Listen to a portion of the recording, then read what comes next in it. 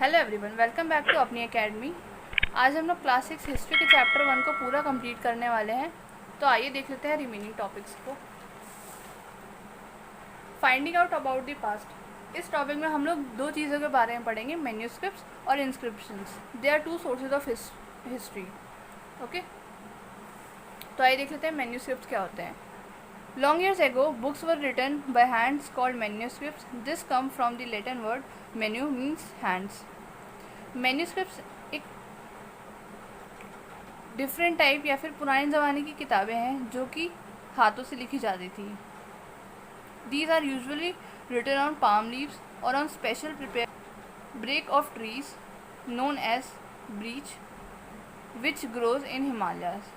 देखो यहाँ पे दो चीज़ें हैं जो स्पेसिफाई करता है कि मैन्यूस्क्रिप्ट्स कहाँ लिखी जाती है। पहला पाम लीव्स पे लिखी जाती थी, दूसरा bark of trees. Bark of trees मतलब the outer layer of stem और रूट।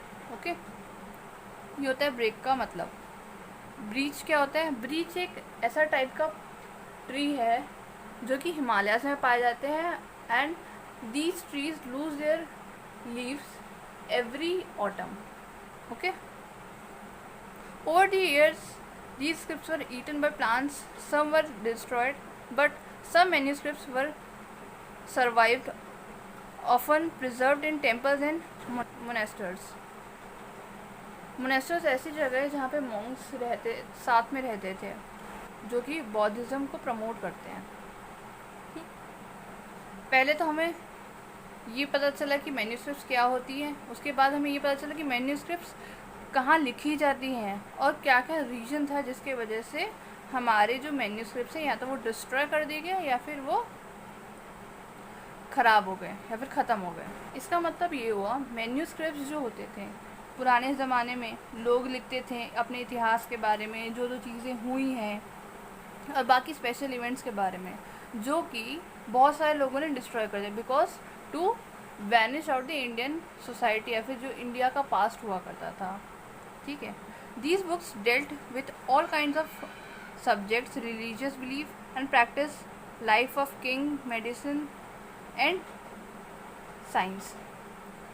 तो ये बुक्स में ज़्यादातर क्या क्या चीज़ें पाया, किस टाइप की बुक्स होती थी, क्या क्या उनके अंदर पाया जाता था, वो 4th पॉइंट में मैंने आपको बताया। ठीक, 5th, they were written in Sanskrit, other were in Prakrit, language used by ordinary people and Tamil. ठीक है, 3 लैंग्वेजेस में हमारी मैन्यूस्क्रिप्ट्स पाई जाती थी। Now moving towards inscriptions. Inscriptions ज़्यादा कोई बड़ा, हमारी जो NCERT है इंस्क्रिप्शंस के बारे में बहुत ज़्यादा डीप इन्फॉर्मेशन नहीं बताई गई है। These were usually written on hard surface such as stone or metal. Kings got their order inscribed so that people read and obey. Their victory were scribbled etc. देखो, इंस्क्रिप्शंस एक ऐसी, वो भी हाथों से लिखी जाती थी, लेकिन जो मैन्यूस्क्रिप्ट्स जो होती थी वो हमारे कहाँ लिखी जाती थी? कागज़ों पे लिखी जाती थी। ये इंस्क्रिप्शंस क्या होते हैं? वो एक हार्ड सरफेस मतलब या तो पत्थरों पे लिखी जाती थी या मेटल्स पे लिखी जाती थी जिसे वो ईज़िली डिस्ट्रॉय नहीं कर सकता था। अब क्या करते थे, जब पहले ज़माने में जब राजाओं का शासन होता था तब राजा क्या करते थे, वो अपने ऑर्डर्स जो वो अपनी प्रजा को ऑर्डर ओबे करने के लिए बोलना चाहते थे तो वो क्या करते थे, जो उनके सिपाही लोग होते थे वो क्या करते थे, उनके जो ऑर्डर्स होते थे वो हार्ड सरफेस जैसे स्टोन्स, मेटल्स हो गए, मार्बल्स, कुछ भी मान लो आप, उसमें ना लिखते थे और वो अपने प्रजा तक सर्कुलेट करवाते थे ताकि उनकी प्रजा वो पढ़ें और उनके ऑर्डर्स को ओबे करें। ठीक है, और जितनी भी क्वींस होती थी वो अपनी इवेंट, जैसे आज क्या अच्छा हुआ, क्या उनके जो उस टाइम के किंग्स थे उनकी विक्ट्री क्या होती, क्या क्या विक्ट्री हुई, किन किन से लड़े, क्या क्या बैटल्स में उन्होंने देखा, सब जितनी भी चीज़ें हैं वो इंस्क्रिप्शंस में दी गई हैं। ठीक, अब आर्कियोलॉजिस्ट एंड हिस्टोरियंस। देखो, अभी हम लोगों ने पढ़ा मैन्यूस्क्रिप्ट्स और इंस्क्रिप्शंस। ये चीज़ें हमें क्या बताती हैं कि जो पास्ट में जितने भी इवेंट्स हुए उनके बारे में ये हमें बताती है। अब आर्कियोलॉजिस्ट और हिस्टोरियंस कौन होते हैं देखते हैं, आइए। पहले archaeologist, people who study about human history और objects by digging up human remains and artifacts are called archaeologist. Archaeologist वो इंसान है या फिर वो मनुष्य हैं जो कि ह्यूमंस के बारे में पढ़ते हैं, उन्होंने क्या किया क्या नहीं किया पास्ट में, वो सब आर्कियोलॉजिस्ट पढ़ते हैं। They use to study about the remains of building made of stones and brick, painting and sculptures, found tools, weapons, pots, pans और ornaments and coins, objects made of stones, other of bone, baked clay or metal. Fifth, they also explore bones of animals, birds and fish to find people ate in past.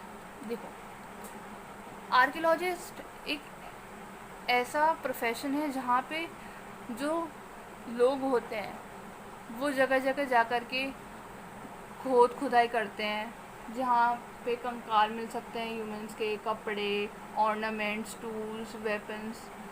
वो ये जानने की कोशिश करते हैं कि पहले जो ह्यूमंस थे वो किस तरीके से रहते थे, क्या क्या उनका तौर तरीका था रहने का, ठीक है, और वो ऐसी क्या क्या चीज़ें यूज़ कर सकते थे या फिर करते थे जिससे वो अपनी लाइवलीहुड जीते थे। ठीक। Historians, they studied and write about the past, research of past events. Second, use the sources to refer information found from manuscripts, archaeology, etc. अब हिस्टोरियंस क्या करते थे, वो भी रिसर्च ही करते थे, ठीक है, सेम एज आर्कियोलॉजिस्ट, या फिर ये मान लो कि दोनों एक तरीके के डिटेक्टिव भी होते थे जो कि पास्ट इवेंट्स के बारे में पढ़ते थे और समझते थे। अब दोनों में क्या क्या डिफरेंसेस है अब मैं बताती हूँ। दोनों में बहुत ही माइनर सा डिफरेंस है।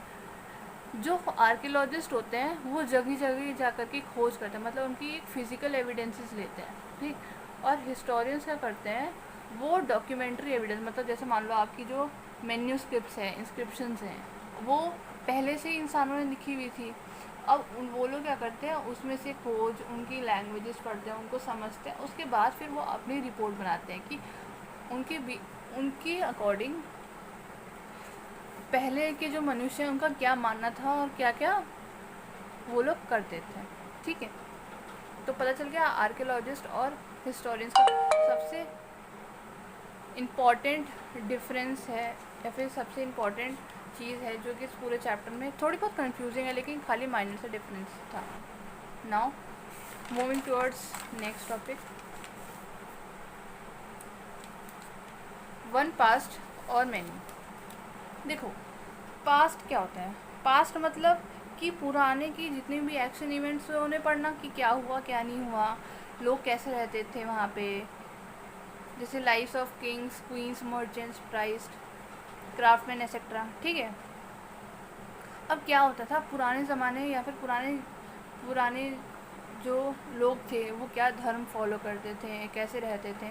आज भी कुछ जगह पे जो कस्टम्स या फिर जो प्रैक्टिसेस पुराने ज़माने के होते थे वो आज भी फॉलो होते हैं कुछ पार्ट्स ऑफ कंट्रीज़ में। जैसे आप मान लो कि अंडमान आइलैंड पे जहाँ पे फ़िशिंग होती है, तो जो फ़िशरमैन होते हैं वो आज भी पुराने तौर तरीके यूज़ करते हैं। ये नहीं कि कोई मशीन आ गया या तो कोई न्यू टेक्नोलॉजी, ऐसे बहुत पार्ट्स हैं कंट्रीज़ में या फिर पूरी वर्ल्ड में आप चले जाओ कहीं पे भी कुछ ना कुछ ऐसी जगह होंगी जहाँ पे पुराने तौर तरीके आज भी यूज़ होते हैं, ठीक। Now what do dates mean. देखो यहाँ पे हम लोगों ने पहले पढ़ा था कि 2000 ईयर्स एगो, 5000 ईयर्स एगो। अब हम लोग क्या करेंगे, वो ईयर्स एगो को हटा करके हम लोग यहाँ पे दो टर्म्स पढ़ेंगे, ठीक। तो देख लेते हैं कौन कौन से टर्म्स हैं। First, birth of Jesus Christ the founder of Christianity. Jesus Christ कौन थे, क्रिश्चियनिटी के founder. So 2000 years ago after the death of Christ, dates before the birth of Christ are usually said as BC, before Christ. देखो, before Christ मतलब कि Christ मतलब Jesus के जन्म के पहले की, 2000 साल पहले की। तो अगर आप जीसस क्राइस्ट के जन्म के पहले के बारे में कोई हिस्ट्री पढ़ रहे हो या फिर किसी चीज़ के बारे में पढ़ रहे हो, तो आपको वहाँ आएगा, जैसे मान लो कि 500 ईयर्स या तो 500 ईयर BC, ऐसे कुछ करके आएगा, ठीक है। अब देखना NCERT बुक में लास्ट में एक बॉक्स दिया होगा आपको, लेटर विद डेट्स, सबसे इम्पॉर्टेंट है। इससे आपको आगे पता चलेगा जो हम लोग टर्म्स यूज़ करने वाले हैं, ठीक। जैसे मैंने आपको बताया था 2 टर्म्स हम लोग यूज़ करेंगे आगे, एक तो बिफोर क्राइस्ट BC, और AD को कुछ जगह पे आफ्टर डेथ भी बोलते हैं, जो कि बहुत ही ज़्यादा गलत है, ठीक। AD मतलब क्या होता है? एनो डोमिनी। एनो डोमिनी मतलब after birth of Christ. After birth of Christ मतलब क्राइस्ट के जन्म के बाद, मतलब जीसस के जन्म के बाद जो जो चीज़ें हुई हैं उसमें हम लोग AD लगा दें, जैसे 2012 AD, जैसे बुक में एग्जांपल दिया हुआ है आपको, ठीक है। तो AD मतलब आफ्टर डेथ नहीं होता है, AD मतलब एनो डोमिनी होता है। इसका मतलब क्या हुआ? आफ्टर बर्थ ऑफ क्राइस्ट, ठीक। अब देखो, हमें अब पता चल गया BC और AD क्या होते हैं। अब यहाँ पे 2 टर्म्स और हैं जो कि हम लोग AD और BC के रिप्लेसमेंट में यूज़ करते हैं, और देख लेते हैं कौन कौन से हैं। AD replaced by CE, CE मतलब कॉमन एरा, और BC is replaced by BCE मतलब बिफोर कॉमन एरा, ठीक है। तो आज की वीडियो में हमने हिस्ट्री के चैप्टर 1 क्लास 6 को पूरा कंप्लीट किया। अगर आपको वीडियो अच्छी लगी हो तो please like, share and subscribe. मैंने बहुत ही ईजी और लेमैन लैंग्वेज में पूरा चैप्टर कंप्लीट कराया है, चाहे वो क्लास 6 का बच्चा देखे या तो एक UPSC एस्पिरेंट देखे। Thank you.